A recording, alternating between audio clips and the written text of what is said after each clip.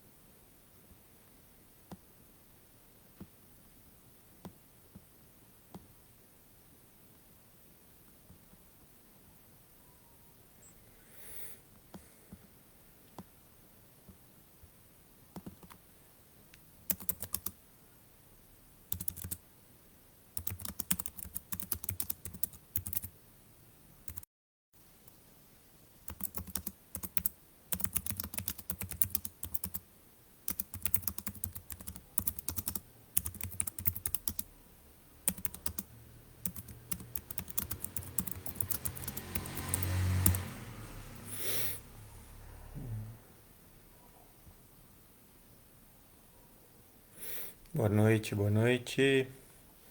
Sejam bem-vindos. Fiquem aí tranquilos, só estou acertando aqui a sala.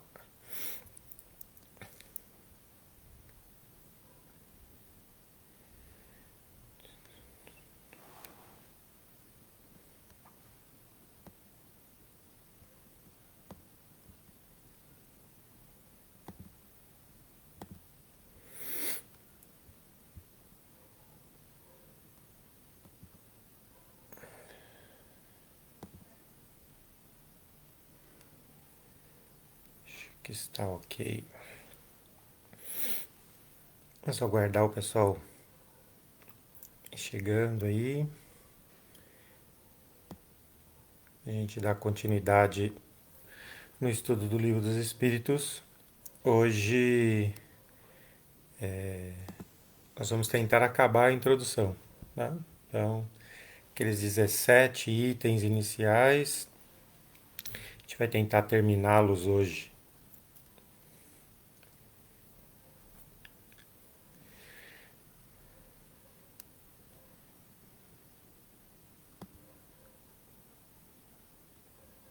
Então, para quem ainda não pegou a sua água, possa ir lá pegar, ainda dá tempo, tranquilamente,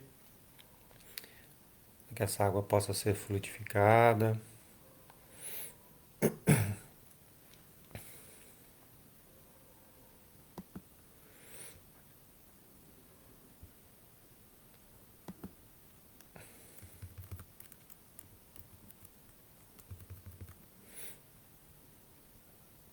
Então, o Ayrton aí, sempre presente, mamãe, Yara, Maristela, Maria do Carmo já entrou hoje cedo.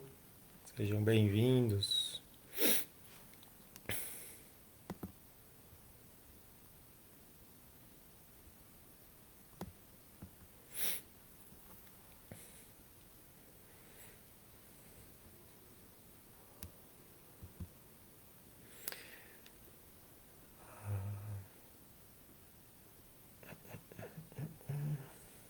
Ainda só mais uns 2 minutinhos e a gente já faz a prece de abertura dos trabalhos aí e já dá continuidade ao nosso estudo, nossa oração de domingo.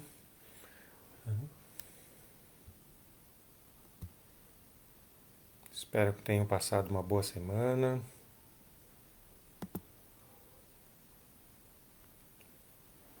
Boa noite, Lelis, de Taquarituba.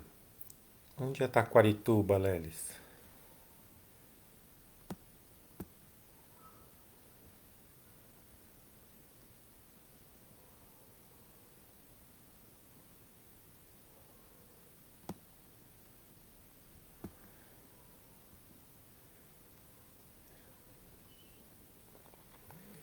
Espero que vocês estejam conseguindo acompanhar aí bem o estudo do Livro dos Espíritos, essa introdução, que veio dando, vai dar base no agora a partir do domingo que vem, quando a gente entrar nas perguntas, né, propriamente dita. né, do livro.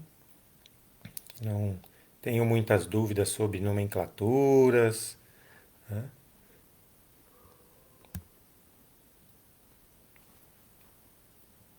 No interior de São Paulo.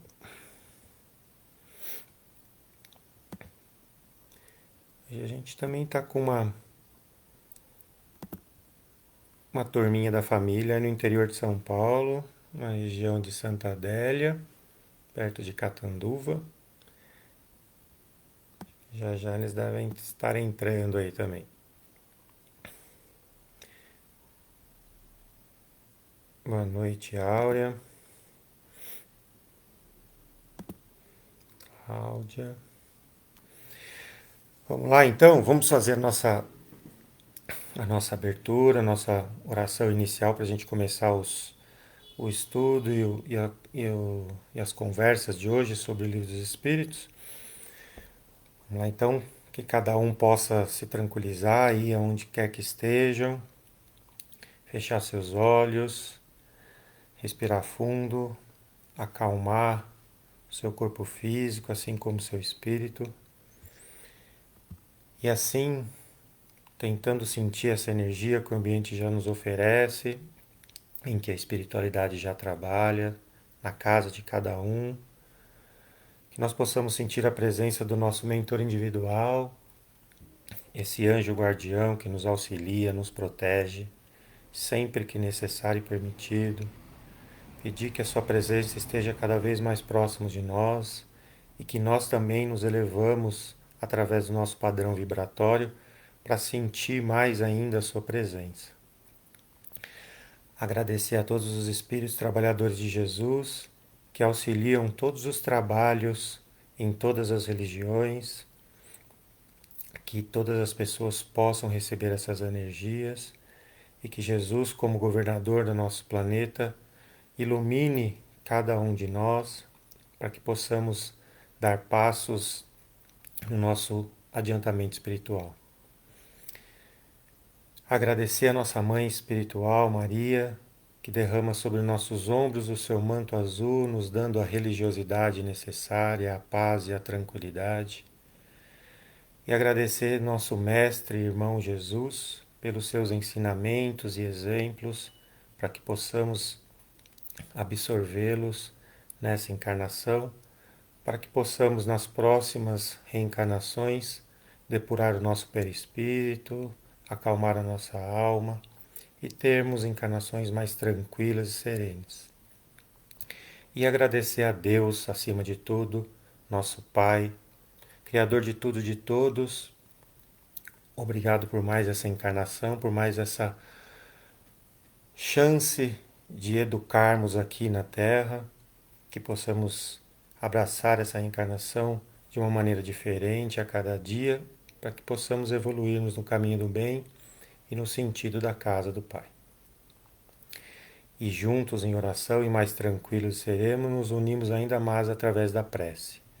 Pai nosso que estais no céu, santificado seja o teu nome, venha a nós o teu reino, seja feita a tua vontade, assim na terra como em qualquer parte.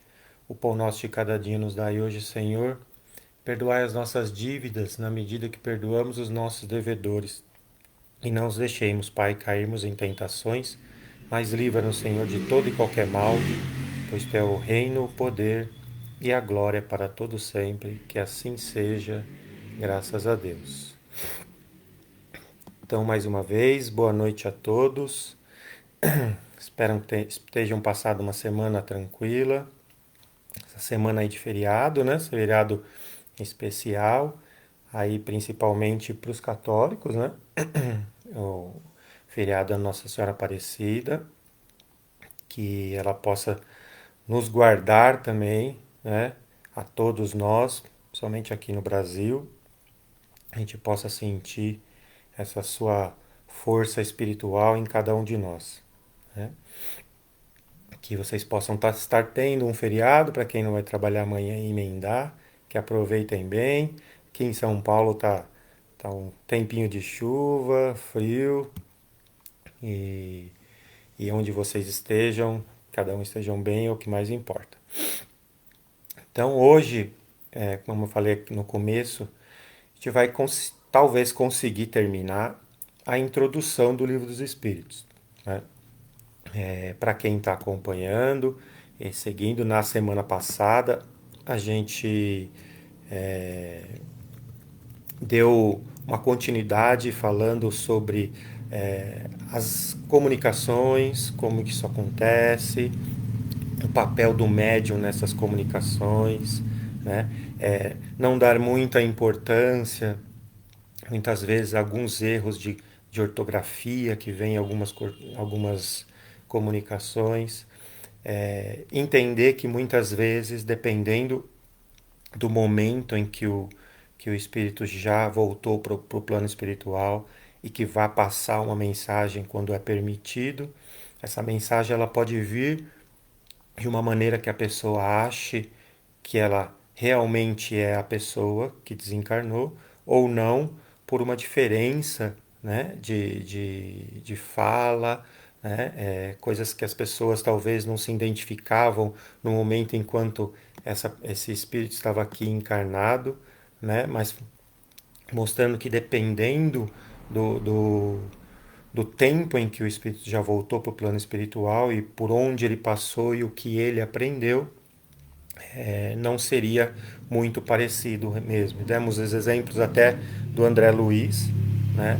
Como ele chegou no nosso lar e como ele, através dos ensinos e da sua aprendizagem também lá no trabalho e na prática, ao escrever, né, um livro, ao escrever as mensagens através do Chico, qualquer um que o conheceu diria que não era aquele André Luiz encarnado no Rio de Janeiro, né? Então isso não é relevante. O relevante é o que está escrito, a mensagem central, né? O quão isso é grandioso espiritualmente.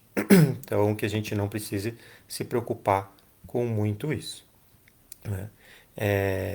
E hoje a gente vai dar continuidade na introdução, falando desses médiums principalmente, dando início esses médiums que muitas vezes, ao passar mensagem, seja ela psicografada ou por psicofonia, são chamados de loucos, de maníacos, né? Por muitas vezes falta de entendimento, né? Se a gente for pensar e parar para olhar o rumo da história da humanidade, muitas pessoas em diversas áreas foram chamadas de loucas e depois viram que não é muito loucas, né? A gente, há um pouco tempo atrás, fez o estudo aí do livro A Caminho da Luz e mostrou em inúmeras passagens espíritos que voltaram aqui para a Terra com tarefas definidas, passando informações ou se comportando de uma maneira muito diferente das pessoas da época, né? Ou daquela cidade ou daquele país, e eram chamados de loucos, foram mortos, enforcados, queimados. A história é cheia, né, de eventos assim. Então a gente precisa entender o que tem por trás disso, né? Nós já falamos que a nossa doutrina, nossa religião, ela é feita através da fé raciocinada. Então eu preciso tentar entender se aquele médium que está passando uma mensagem, será que o que é que está passando realmente por trás daquilo? Será que aquilo é verdadeiro ou não, né? E eu tenho essa condição de entendimento através das leituras, tentar distinguir se isso é do médium, se isso é realmente algo do plano espiritual, e eu vou tirando através da mensagem central a veracidade ou não dessa comunicação, né? Agora, muitas vezes a gente para pensar de onde vem isso, de onde vem esses pensamentos do médium, né? Como que pode, nós já demos exemplos do Chico, né? Muitas vezes passando inúmeras mensagens de um grau de evolução moral tão grande para a época que não é possível vir daquela pessoa, né? Quem pensa É o cérebro ou é o espírito? Porque é muito comum quando a gente fala assim, ah, isso é da mente, né? Que mente? Isso não existe em anatomia, isso não existe na ciência material você falar de mente. Mas a gente fala isso a todo momento. Ah, isso é da mente da pessoa. O que significa isso? Né? O que é mente? O que é cérebro? Né? O que é inteligência? Como que isso acontece no rumo da história de cada um? Né? O que é mais importante? O instrumento ou o imaterial? Ou algo que eu ainda não consegui compreender realmente através do que eu conheço hoje? Né? Então, é muito fácil a gente ver uma pessoa que acabou de desencarnar, morreu, acabou, como muitas pessoas creem nisso. Eu morro, acaba tudo. Ué, mas tudo não estava na minha cabeça, tudo não estava no meu cérebro.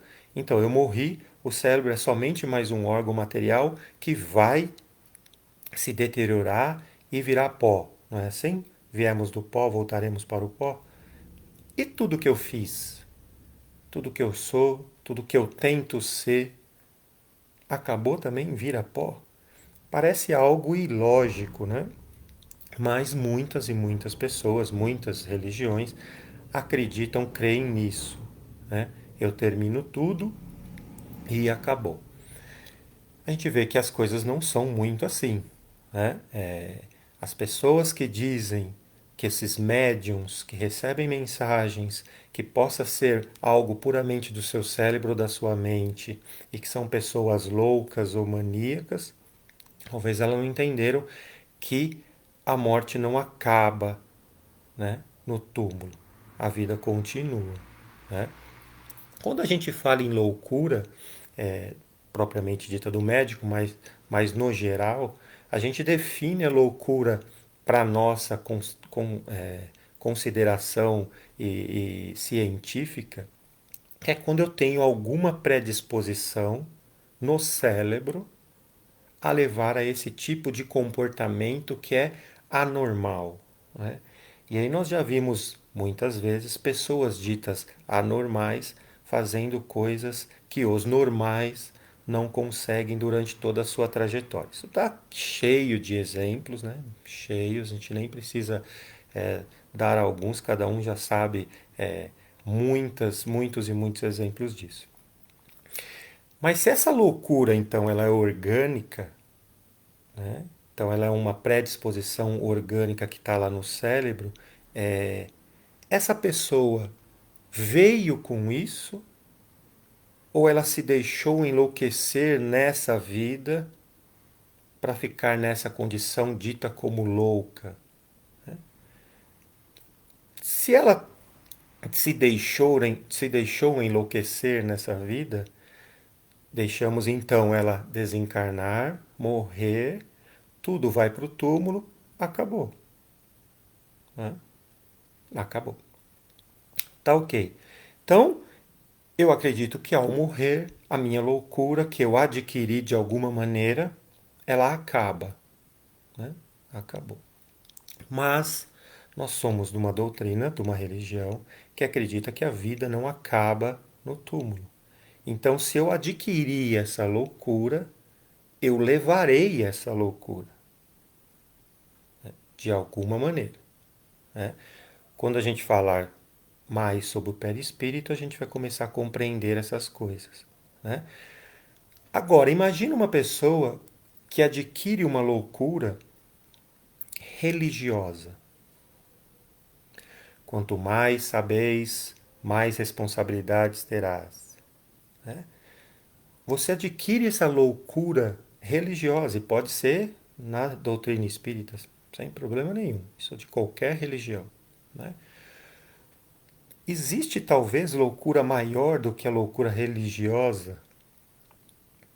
Nós vemos aí, e é fácil, se a gente pedir um exemplo de uma loucura religiosa, eu tenho certeza que a maioria vai dar o mesmo. Né? Ninguém vai dar a da sua, vai dar sempre a do outro. Né? Eu tenho certeza.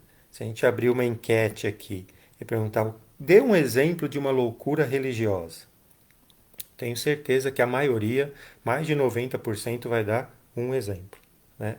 Mas a gente esquece que isso acontece em todas as religiões, né? O fanatismo religioso, ele gera uma loucura que causa problemas reencarnatórios gravíssimos, gravíssimos. Nós vimos também lá no livro A Caminho da Luz o que acontecia com as pessoas que levavam essa falta de passar a mensagem de uma maneira mais correta para frente, porque deixou o seu ego, o seu egoísmo acima de tudo, o seu poder acima de tudo. O que aconteceu em reencarnações futuras, não necessariamente na próxima. Tá? Que isso seria uma punição, né? Imediata, e Deus não age assim, né? Nós temos N condições, N reencarnações educatórias. Quando isso não acontece, muitas vezes será pela dor. E aí eu vou ter uma expiação maior ou uma prova maior para na pele passar por tudo aquilo que eu deixei de fazer. Então o fanatismo religioso, ele causa problemas reencarnatórios gigantescos, né? Mas se a religião ela é muito bem compreendida, ela trabalha de uma outra maneira. Ela trabalha de uma maneira em que preserva essa loucura, né? Você resgata essa pessoa que está indo para um fundo do poço, onde ela não vê mais condição nenhuma de sair, e você traz ela para a volta de Deus, né? Faz esse caminho de volta que a gente está tentando fazer desde Adão e Eva, né? A gente traz ela de volta para o caminho mais reto, um caminho de luz, né? Vejam bem, quando a gente fala que a religião, quando bem compreendida, ela traz a pessoa de volta ou preserva ela da loucura, veja o que aconteceu na pandemia e o que está acontecendo ainda hoje, né? Nós estamos aqui, por exemplo, no grupo Cascata de Luz, fazendo um estudo e nas semanas tem N trabalhos, né, online, porque a gente não está indo presencial ainda. Os centros espíritas estão retomando agora. As outras religiões já voltaram faz tempo. E o que essas religiões pediam para voltar? Por que, que elas pediam para voltar? Preservar a loucura das pessoas. Tentar dar um ânimo para a pessoa que está passando por uma condição em que o mundo está passando, que dê um ânimo para ela, um ânimo de vida, um ânimo espiritual, para que ela passe por isso. Não era? A gente via isso nos jornais, na TV, né? Tem outros fatores que também se pediam a volta das igrejas, mas o principal, real, é esse. Nós ainda precisamos de algo, nós precisamos se apegar a algo, né, que me dê forças, que me ilumine. Então, a religião, como bem compreendida, ela tem esse poder de preservação, né? E a gente está aqui nessa luta. E o médium, para também não cair nesse fanatismo, também tem que vigiar e orar, né? Sempre vigiar e orar, sempre, né? Nessa pandemia a gente viu N situações onde casos de loucura, de suicídio aumentaram, né? Então, quando a gente passa muitas vezes, se tem psicólogos aqui, sabe muito melhor do que eu, né? Quando a gente passa por problemas de decepções, de contradições, de falta de paciência, de resiliência, né? Que é uma palavra bem bonita que hoje está na moda, né? Principalmente os jovens. Os jovens têm pouca paciência hoje, o jovem se decepciona muito fácil, né? Muitas vezes esses percalços levam a pessoa a uma loucura interior que leva a pessoa a um desequilíbrio tão grande psíquico em que ela acaba com a própria vida.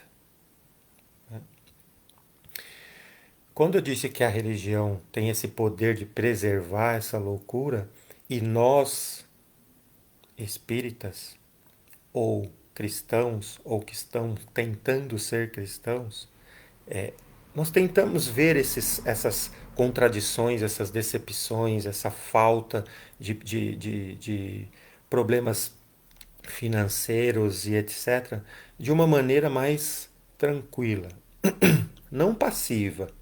Né? Não posso ficar quietinho em casa esperando as coisas acontecer porque Deus olha por mim. Deus olha por nós em qualquer momento.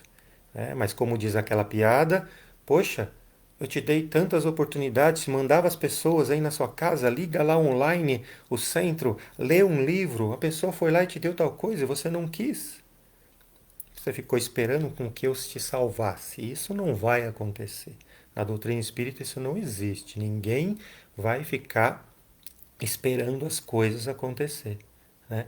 A gente entende esses percalços como um contratempo de uma viagem, por exemplo. Né? Existem contratempos numa viagem que você se desespera, acaba com a viagem, não vai mais viajar, né? Passa a viagem de mau humor, por exemplo. Ou você vê isso como uma prova útil, né? Como um exemplo útil de você ter um adiantamento espiritual. Adiantaria eu acabar com a minha vida se eu perder o emprego amanhã? Não. O mundo continuaria o mesmo e a minha vida, o meu espírito, teria rasuras gravíssimas. Né? Então, eu preciso entender que quando a religião te dá condições de você ter um entendimento em que você, né, monta dentro do seu contexto reencarnatório a sua próxima encarnação, eu começo a ter um norte em que eu sou o responsável maior. Então eu começo a montar dentro da minha cabeça um quebra-cabeça em que eu não sou o azarado, eu não sou o perseguido, Deus não olha por mim, né? A culpa é de Deus. Né? Quando as coisas não acontecem, eu ponho a culpa em alguém, normalmente a culpa é de Deus. Né? Deus esqueceu de mim, meu anjo da guarda está lá no Éden, deitado numa rede, né? Ouvindo a harpinha. Né? Deus é vingativo. Eu deixo isso para lá. Né? Deixo isso para lá. Né? E aí eu começo a entender que se eu sou o responsável, sou eu que preciso entender o que eu quero para minha reencarnação futura. Né? E aí, essas provas, essas expiações em reencarnações futuras passam a ser mais leves. Porque hoje eu estou me modificando. Amanhã, numa próxima encarnação, eu me modifico mais um pouco e assim vai. Deus não tem pressa. Cada um no seu momento. Né?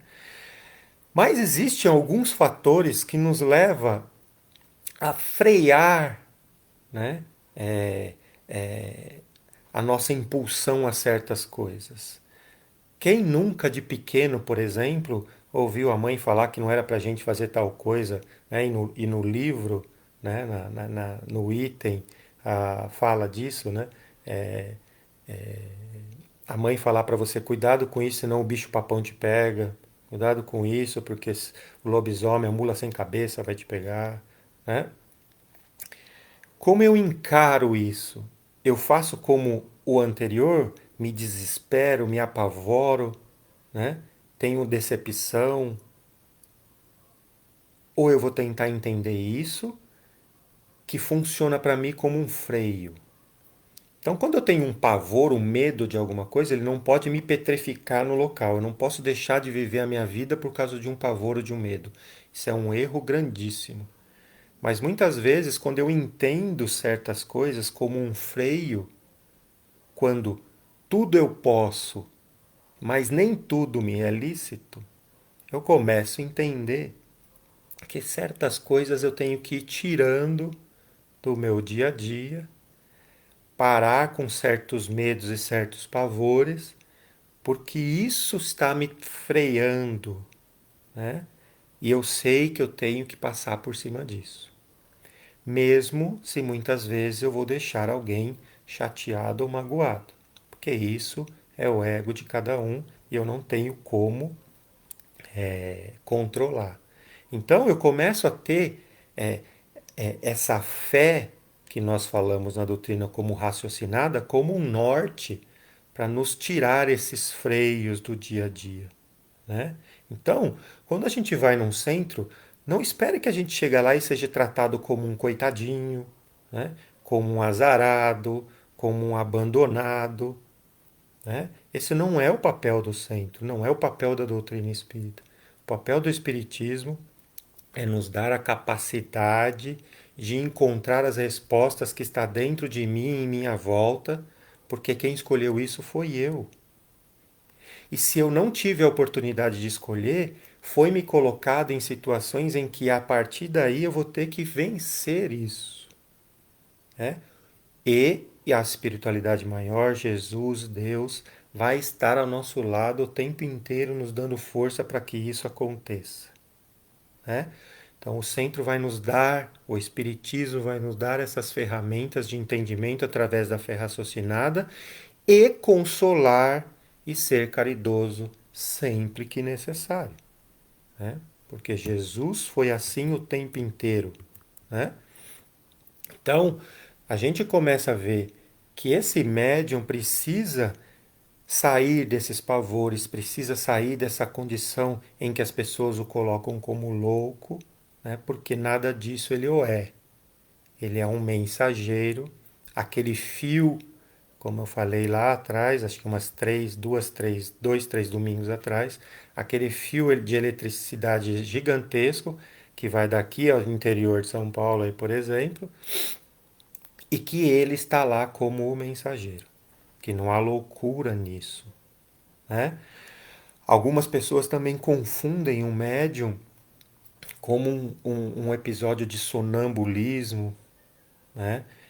E que mesmo estudando o sonambulismo, nós vamos ver que existem algumas coisas em que tem características parecidas, mas o principal não tem nada a ver, né? Então o médium não é um sonâmbulo, né? O médium não é um sonâmbulo. Então, até porque se ele fosse sonâmbulo, a gente precisava entender algumas coisas. Será que ele está lúcido ou não? Porque se ele estiver lúcido e eu acreditar no que ele está falando, né, eu já tenho uma verdade como certa. Então eu acredito nas suas mensagens porque ele está lúcido e através da sua capacidade de conhecimento e pensamento ele me passou algo verdadeiro, né? Então, se veio de uma pessoa lúcida, provavelmente essas mensagens seriam sempre parecidas. Veja bem, se eu estou inventando mensagens, comunicações pela minha lucidez ou pelo meu conhecimento, provavelmente essas mensagens sempre seriam parecidas. E na época, né, a gente está falando lá da época, nós estamos falando do livro, as mensagens não eram parecidas. Isso não acontecia dessa maneira, né? O médium não era a única fonte. Ele buscava lá fora a sua inspiração, né? Vinha do seu pensamento ou vinha dos espíritos? E aí as pessoas começam a eximir qualquer erro do médium, porque médiums de N locais, N países, França, na América, depois mais tarde no Brasil, mostravam mensagens parecidas por pessoas diferentes, né? Se a gente for pensar e lembrar, lá no começo, quando a gente começou a falar sobre a introdução do Livro dos Espíritos, como começou as comunicações, como começaram as comunicações? Foi por mensagens dos médiuns? Foi através do pensamento, da inteligência, do conhecimento do médium? Não foi. As comunicações começaram com batidas, pancadas, aonde através de pancadas se formavam letras, através de letras se formavam palavras, através de palavras se formavam frases. O médium não tinha influência alguma, alguma. Né? Por que então não se começou por médium? Já direto pela escrita, direto pela psicofonia? Porque eu precisava mostrar para vocês que existe algo inteligente atrás dessas comunicações. Né? Espíritos superiores não respondem questões fúteis. E a gente vai ver aqui no Livro dos Espíritos, em todas as perguntas, que não tem pergunta fútil, não tem pergunta ociosa. Né? Muitas vezes você tem resposta puff na lata. Né? A gente fala que o Espírito da Verdade é até grosso às vezes. Né? Porque se Emmanuel disse para o Chico que você precisava ter disciplina, disciplina, disciplina, seja você o seu sim, sim ou não, não. Não tem meio caminho. Né? Então, os espíritos superiores não fazem questões fúteis, questões ociosas, eles só ocupam de coisas sérias. Né? E nós, como ciência, porque o espiritismo é uma ciência, ciência, filosofia e religião, né? A parte científica a gente se preocupa basicamente com duas partes. Uma, as comunicações experimentais, aonde eu vejo as manifestações de uma maneira geral, examino essas comunicações de uma maneira geral, e a segunda parte filosófica, aonde eu vou tentar através dessas mensagens, dessas comunicações, verificar manifestações realmente inteligentes, verificar as pancadas lá de trás, se tem coisa inteligente. Né? E aí, nós voltamos para aquela célebre frase e, na verdade, uma orientação, né, da espiritualidade maior, do Espírito da Verdade. Espíritas, instruir-vos, eis o primeiro mandamento. Então, se o nosso primeiro mandamento, como doutrina espírita, é instruir-vos, nós precisamos identificar, né, seriamente essas comunicações e sabê-las diferenciar do que é animismo, do que é falso, do que é enganação, principalmente se tem algo por trás de cunho financeiro. Né? Nós já dissemos isso, recebeis de graça, darás de graça. Né? Lógico que em todo local, né, você precisa hoje, nós estamos no mundo material, a gente precisa de dinheiro. Né? Um centro espírita, uma igreja, um templo, ele precisa de dinheiro, mas eu preciso saber o que é que está sendo feito com esse dinheiro. Receber uma mensagem do plano espiritual? Será que é para isso? Né? Então não é assim. Então, como a Áurea disse aí atrás, né? Faça a sua parte e o céu te ajudará. Então não fique ocioso, porque o céu está sempre querendo nos ajudar. Ficam de braços abertos para nos ajudar. É a gente que não consegue levantar o nosso braço para pegar a mão. Né? Porque a gente está sempre mais baixo. Né? Nosso padrão vibratório sempre mais baixo. Mas a gente precisa então se instruir. Né? Desculpa.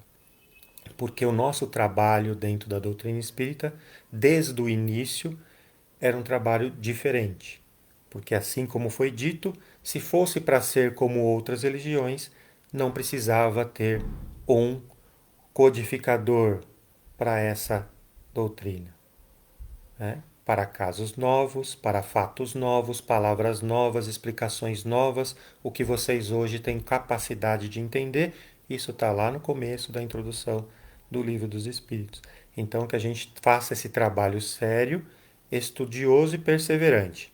Então, se essa é a orientação para os médiums, para os trabalhadores, para os frequentadores, para os assistidos, significa que a gente tem que fazer, dentro da nossa doutrina, estudar sempre.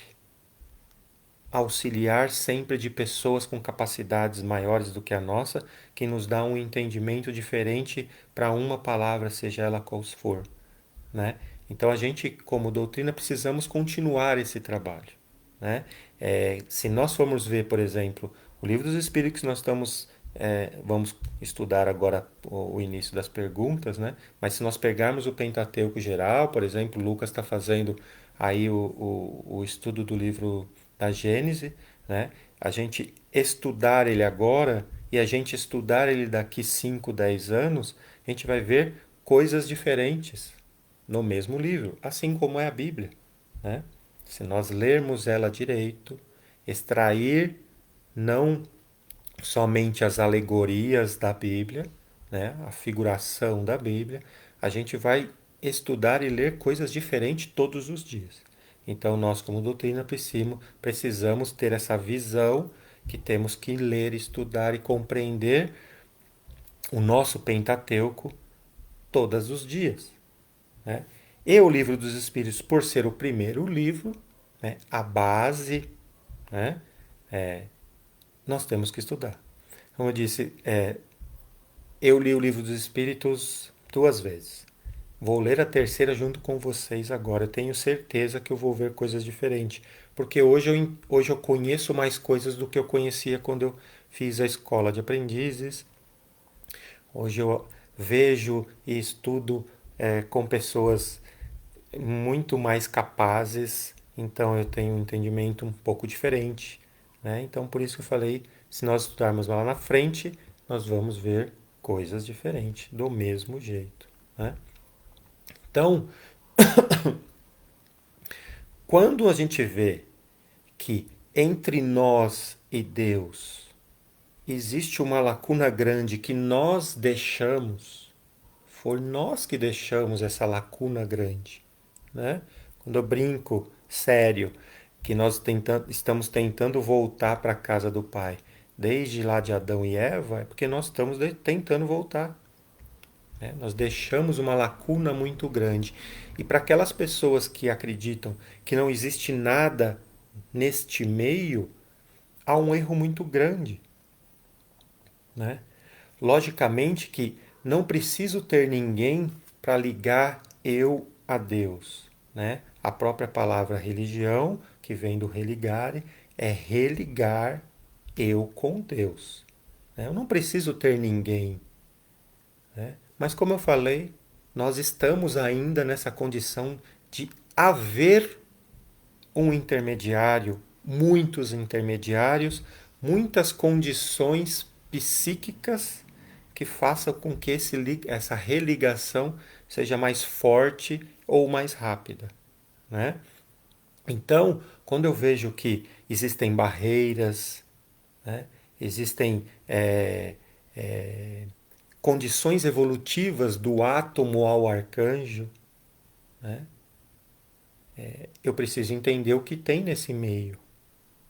E aí, quando eu começo a entender que existem espíritos de classes diferentes, que existem mundos de classes diferentes. Então, se eu estava no mundo primitivo, passei depois para o mundo de provas e expiações, e aí consegui evoluir e passei para o mundo de regeneração.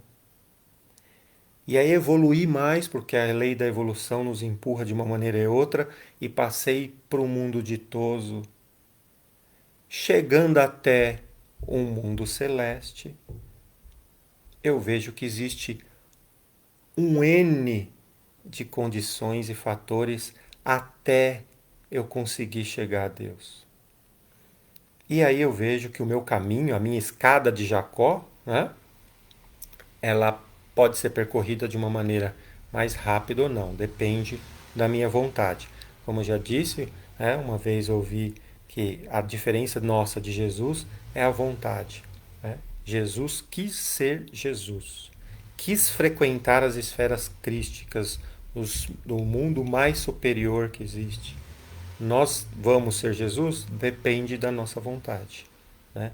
Lógico que ela precisa de muita depuração, muita depuração. Na sexta-feira, aqui no centro, teve uma palestra de um rapaz que falou sobre os chakras, né? Muito, com muito conhecimento dos chakras. E quando a gente estuda os chakras e religa ou liga isso com o nosso espírito, existe uma coisa que vai fazer com que esses chakras rodem na posição correta, não fiquem atormentados, né, de impurezas, né, que é o meu livre-arbítrio. Quando eu tenho um livre-arbítrio maior ou menor, os meus chakras estarão melhores ou piores. Você imagina só, nesse momento, quantas pessoas estão acabando com seu livre-arbítrio, por exemplo, com a saúde? Muitos de nós. Muitos. Você está acabando com o seu livre-arbítrio da saúde. Você está acabando com o seu livre-arbítrio da caridade, do amor. Você está acabando. Como é que você vai fazer com que esse livre-arbítrio volte numa encarnação ser maior? Através de uma prova ou de uma expiação. Vai ser na dor, né? Como a gente costuma falar, nós vamos no centro pelo amor ou pela dor. 90% das vezes pela dor. Nós procuramos qualquer religião, na maioria das vezes, pela dor. Nós pensamos em Deus, na maioria das vezes, na dor.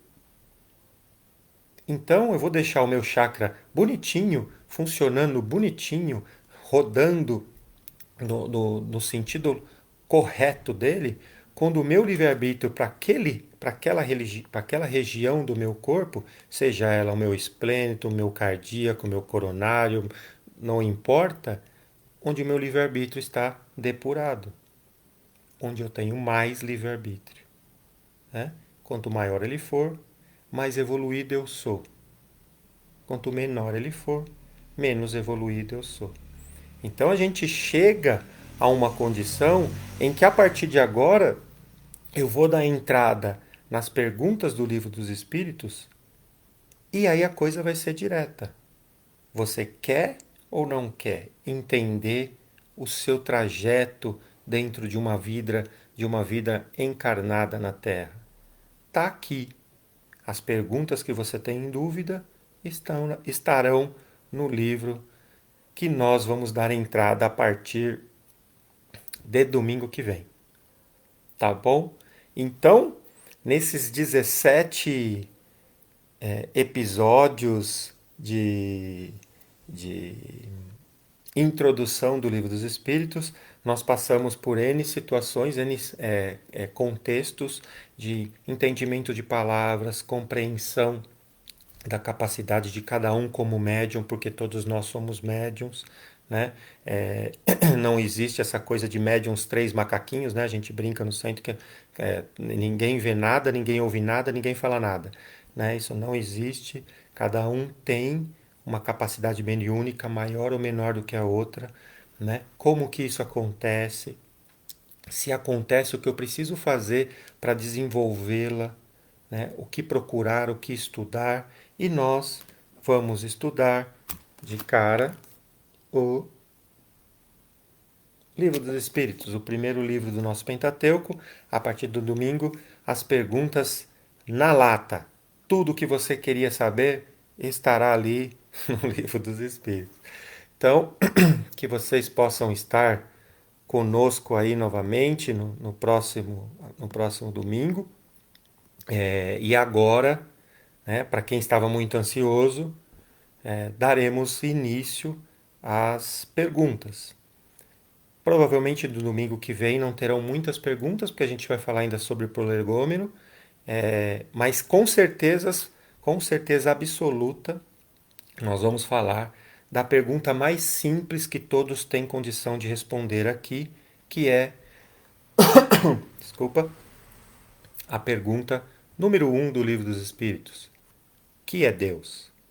Essa pergunta todos estão capazes de responder, então com certeza na pergunta 1 nós pararemos, né? Nós chegaremos, né? Então nós já vamos começar assim, ó, como Kardec era audacioso, né? Vou perguntar alguma coisa que todo mundo sabe, que é Deus. Então domingo que vem a gente dá início às perguntas do Livro dos Espíritos, ok?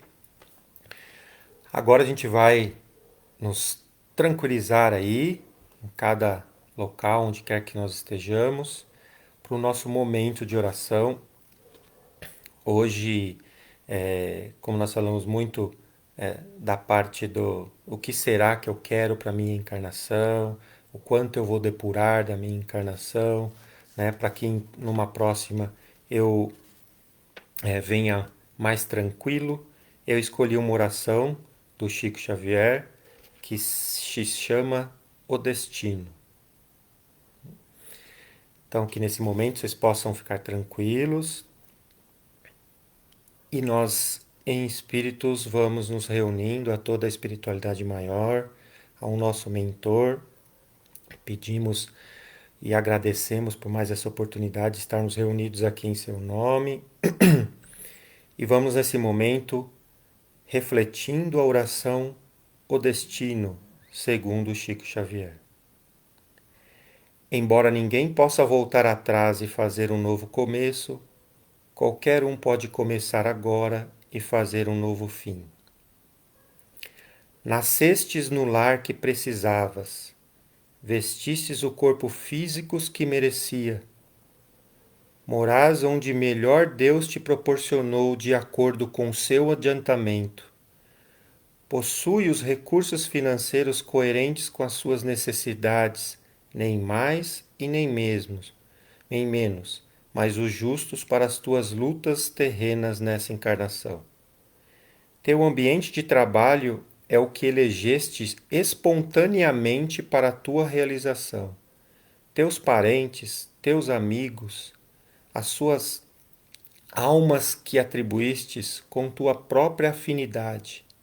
Portanto, o teu destino está constantemente sobre o teu controle.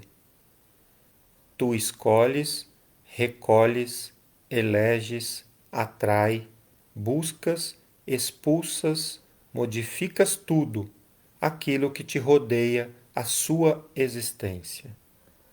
Teus pensamentos e vontades são as chaves dos teus atos e atitudes.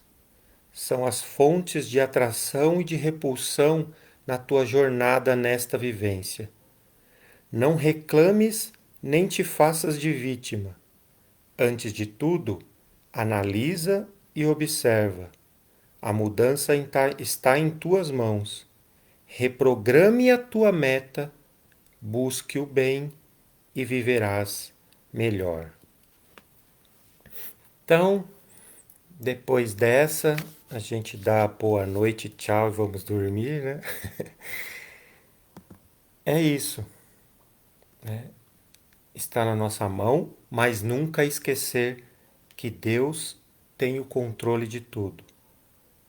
Pedir e receberás, né? Então, nós não estamos abandonados. Não é porque o meu destino, a minha história, sou eu que escrevo que eu estou abandonado. Isso não existe, né? Mas eu preciso ter essa iniciativa, né? Para que a minha encarnação, para que as minhas próximas reencarnações, elas sejam de uma maneira mais tranquila, mais suave. E aí eu vou começar a entender que eu direciono o meu caminho de volta para a casa do Pai, e fazer essa religação depende muito de nós, né? E que a partir de agora a gente consiga, através de mais esse ensinamento que a doutrina vai nos passar a partir do próximo domingo, com as perguntas propriamente ditas do Livro dos Espíritos, em que eu consiga fixar mais isso na nossa mente e no nosso perispírito, para que em próximas encarnações eu seja mais leve, né? E não ponha tanta culpa em Deus.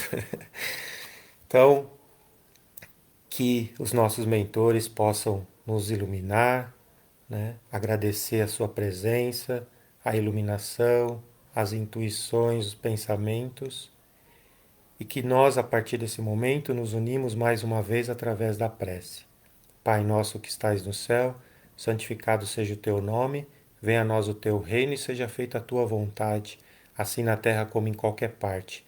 O pão nosso de cada dia que nos dai hoje, Senhor, perdoai as nossas dívidas, na medida que perdoamos os nossos devedores.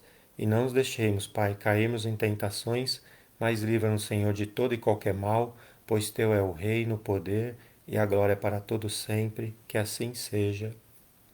Graças a Deus. Que vocês tenham uma ótima semana. Aproveitem bem o feriado. Todas as bênçãos aí a Nossa Senhora Aparecida. Que nessa terça-feira possa emanar uma vibração de muito amor, paz e tranquilidade para o nosso Brasil que está tanto precisando. Fiquem com Deus. Tenham um ótimo fim de domingo. E para quem vai emendar aí o feriado até na terça-feira, que aproveitem bem.